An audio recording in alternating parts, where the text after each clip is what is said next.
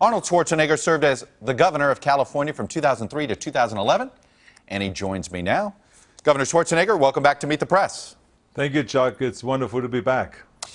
You know, this has been a year for outsider candidates. It's obviously something you're familiar with. Many people have made some comparisons of your candidacy in 2003 and Donald Trump's today. What similarities do you see, and what are the differences? Well, I think that, I don't really study that much of, what is the difference between Donald Trump and my candidacy. I study much more the field polls and the USC Schwarzenegger polls that we have just done about what do the people really think and what is the main interest in the people's minds when we have our election now on June 6th. So I mean, that is really, or June 7th, I should say. This is really my interest, and this is why we did the polls, and this is why we really came up with these wonderful studies, and they're quite interesting. I think when you look at it, the important thing that comes out of that is that 69% of the people want our politicians to work together, and I think this should be a message to Democrats and Republicans to work together. And this is why people are very upset about Washington today. You know, I want to play something that you said in 2004 about what made you a Republican, and then find out if that still holds today. Here it is. Then I heard Nixon speak. He was talking about free enterprise, getting the government off your back, lowering the taxes and strengthening the military. Listening to Nixon speak sounded more like a breath of fresh air. I said to my friend, I said, what party is he? My friend said, he's a Republican. I said, then I am a Republican. Can you comfortably say that today with Donald Trump as the standard bearer for the Republican Party? I comfortably can say that I am a Republican, and I always will be a Republican, because the Republican Party has a big tent, and there was not always things that I agreed with, or they didn't agree with me many times. But the fact of the matter is that's the philosophy. Everything that you've heard is exactly the same. And I think that, but what is more important about it is not what do I think and about Donald Trump. We have to talk about the bigger issue, and this is what do the people really feel. And the fascinating thing about the poll was that both Democrats and Republicans found it most important to really improve the economy and to create more jobs.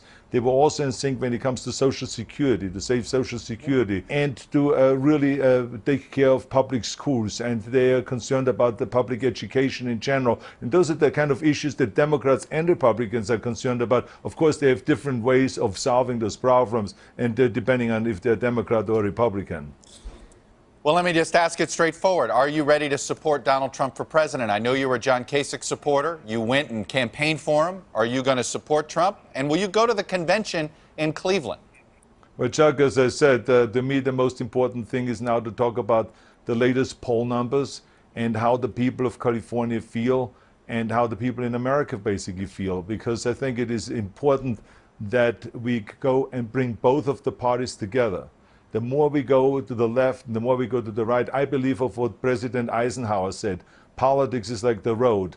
The left and the right represents the gutter, and the middle is drivable. And I think this is exactly where the action is in the middle. I've seen it when I was governor of the state of California. Yeah. I have seen it firsthand that only when we brought Democrats and Republicans together, we could really solve very important issues. I remember that's how we really started rebuilding California and invested $60 billion in infrastructure. That's when we go and created the AB 32, where we made a commitment to reducing our greenhouse gases by 25% by the year 2020, where we updated our renewables. Right. And all that great stuff started happening when both of the parties worked together. Governor, I can't help but notice, though, you're avoiding saying anything about Trump. You're not saying you're for him. You're not saying you're against him. You're trying to stay out of it. I get it. But is that what you're trying to do here? By you not saying anything, you're actually making a statement. No, not really, because I try to stay focused. Remember, there's one thing that I've learned over the years when I promoted bodybuilding and fitness and my movies and politics and issues and so on, is to stay focused.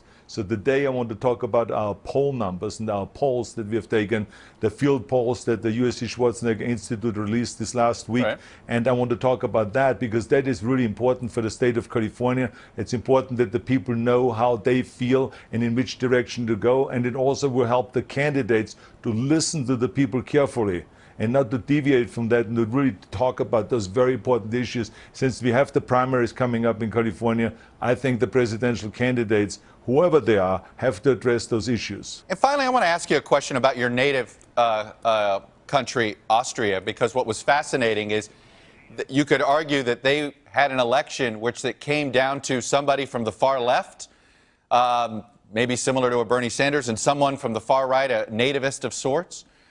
And nobody was happy with their choices. All of a sudden, this country is experiencing an appeal of a socialist and the appeal of a nativist. What lessons do you think Americans should take away from this?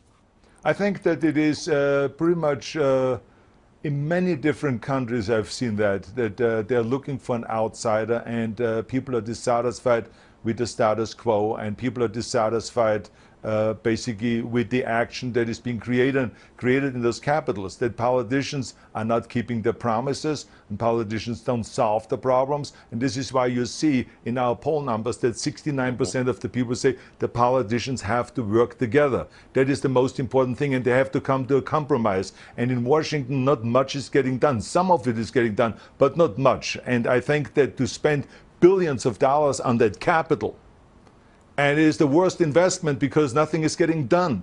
So therefore, the people are looking for something else, and they don't know where to turn to. And so this is what you see in America, and this is what you have seen in Austria, and this is what you see in Germany, and this is what you see in France, and you see this all over the place. All right, I'm going to ask you one last time. Do you plan on publicly saying whether you'll be for Trump? I will make an announcement before the election, you can be sure of that. But I will do it my way, which is always an unusual way. As you remember that I announced my candidacy for governor on the Tonight Show. So that was very unusual, and I would do exactly the same thing also with the endorsement. So I would study the various different candidates, what they represent and all this stuff, and I would then make up my mind, and I would then make the endorsement. So I will make an endorsement, but it will not be here because then that will be the headline. Well, and I guess you're saying we're too usual of a place to do this. We're not unusual enough. Anyway, Governor Schwarzenegger, it's a pleasure, sir. Thanks for coming on.